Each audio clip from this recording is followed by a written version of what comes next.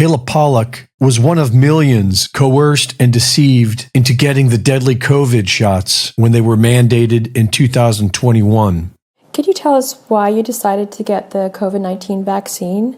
Basically, a lot of it had to do with the things I was hearing on TV. So there was a lot of fear just being screamed at me by not just the TV, but also, like, you know, when you hear like the WHO is on TV telling you that this is like a deadly pandemic and, you know, people with immune disorders are gonna, you know, die from COVID-19 more likely than other people.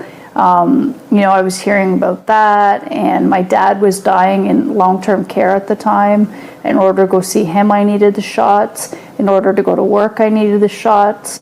A week after receiving the Moderna booster shot, she fell to the floor and was paralyzed for 30 minutes. Another episode happened a week later, and shortly after that, she became paralyzed from the neck down. The first doctor told her that this was something that often happens to people when they're upset, and that it was all in her head. He told me that this was something that often happens to people when they're upset, and that this was in my head.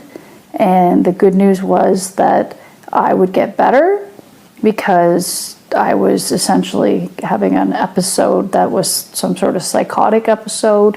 I asked him when I would get better, and he said, you know, it's up to you, really. A second doctor was honest with her, but had to keep it hidden. The second diagnosis, a doctor came to me and he whispered in my ear and he said, I think there's something seriously wrong with you. I do not think you're faking.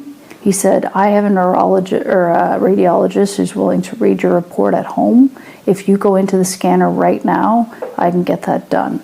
They found a massive lesion on her spine, and the doctor told her it was most likely caused by the vaccine, and that he's seen